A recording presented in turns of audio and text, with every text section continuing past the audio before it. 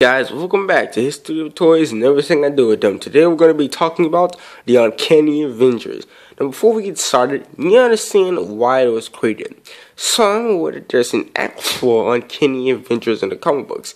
And when I started to find videos about them, I immediately wanted to act them out and create my own super team. The problem with that is that I had a really bad memory, so when I created the members for the original team, it didn't last very long because, like I said, I couldn't remember. I eventually took pictures of them on my phone to remember, so anytime I wanted to assemble, I could just look at the phone pictures. My phone kept getting broken up, so I couldn't keep a phone for less than 30 minutes. So eventually, I decided to just write their names down, which led to the first official Uncanny Avengers team with new members, with new members and everything. The original team consisted of Iron Spider, Luke Cage, Kid War Machine, Iron Legion, and Karate Kid, Quicksilver, Leonardo. Now probably wondering, if that's the case, how come Ben 10 is Cyborg here? Well, that's basically because Leonardo and Quicksilver actually died. Rest in peace, those toys were so good. Basically, Quicksilver got his leg completely turned off by Ultron, and one day I found Leonardo's arms completely turned off. Which basically, he lost them in the battle. I forgot which battle though. So, because of this, I needed to recruit new members, since those were basically broken, I could never fix them. So they effectively got KIM. I probably said it wrong. That means killed in action. But anyway, the new members are basically Cyborg and Ben 10. So finally, now that we've discussed the reason why I made them and how I made them, let's discuss their history. They all formed the supervillain from basically terrorizing the city. After successfully kicking his butt, they decided to form the Uncanny Avengers. Their next mission has them with Ultron. You see, Ultron actually finally returned, and he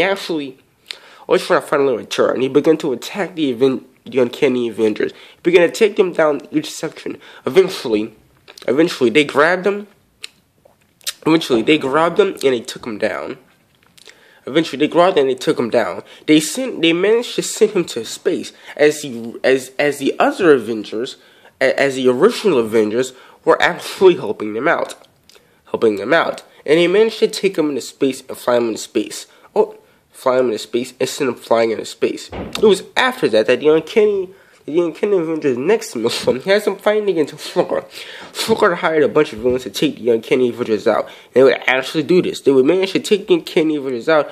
And manage to take them in. Baron Fluker's plan was to clone the Uncanny Avengers and use them to pose as heroes while they secretly dismantled the superhero community.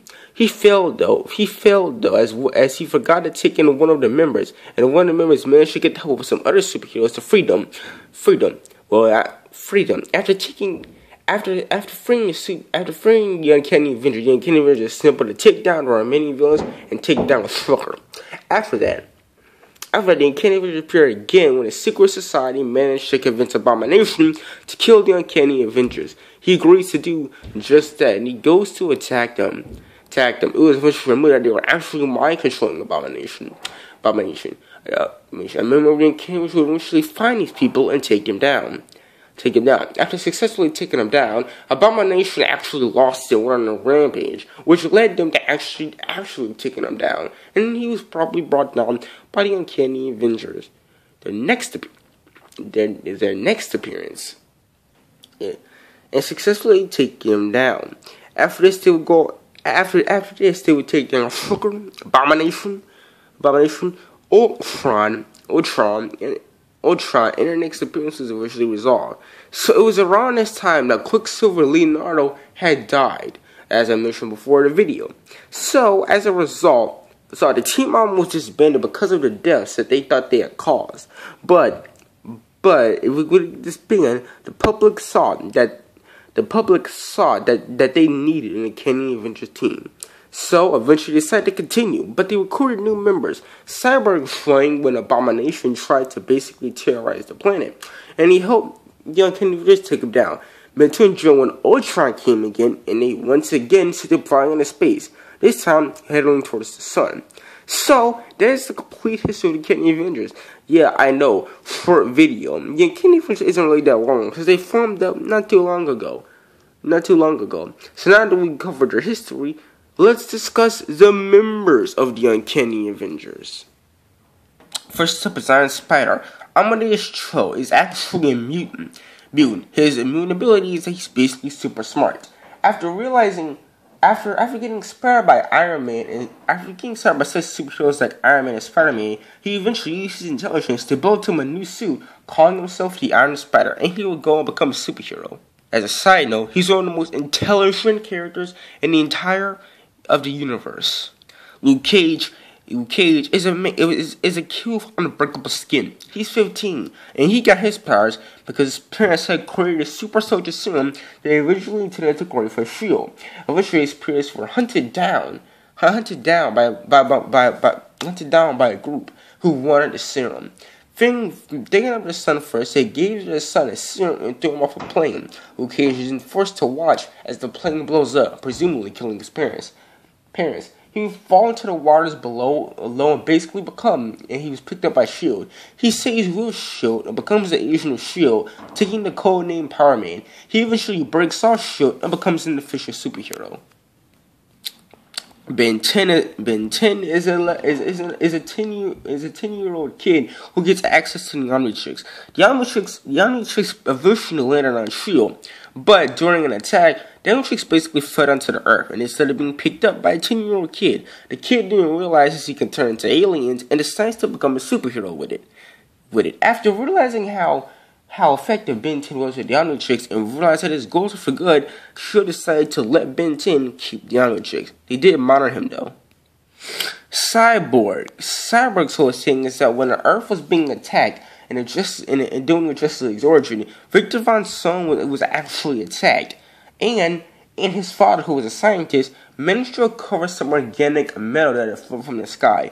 Well, seeing that his son was missing body parts and was on the verge of death, he threw precaution out the window and he put the organic metal on his son in hopes that it would save his son.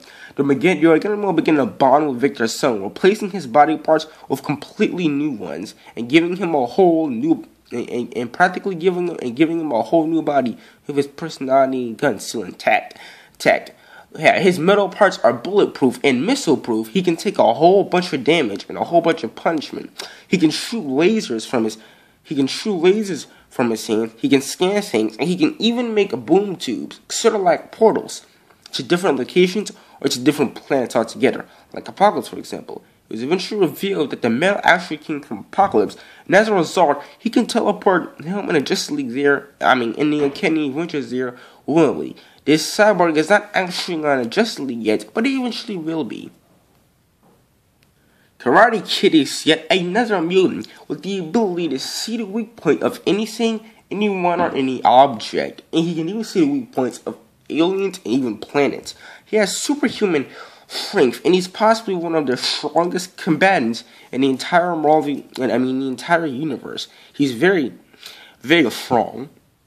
The Iron Legion is the AI created by Tony Stark with the purpose of protecting the entire world. He has all the powers of the standard Iron Man armor. He can shoot a pulsar blast, fly, scan things, and he's basically an AI robots with the purpose of protecting the entire world. And lastly, we have Kid War Machine. You see, Kid War Machine is like what he sounds like. He's a kid version of the War Machine.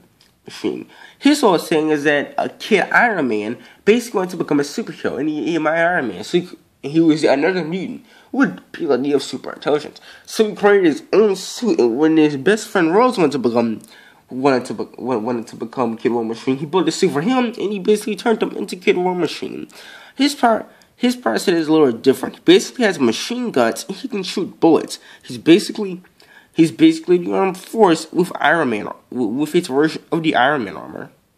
Alright guys, and that is history of the Uncanny Avengers. Now I know it's shorter than usual, but like I said, these guys didn't really exist for very long, and I've only been acting out the videos on the channel. So basically, I don't have that long of a history. I've only got like 4 videos of them. So as you can imagine, history is not that very long.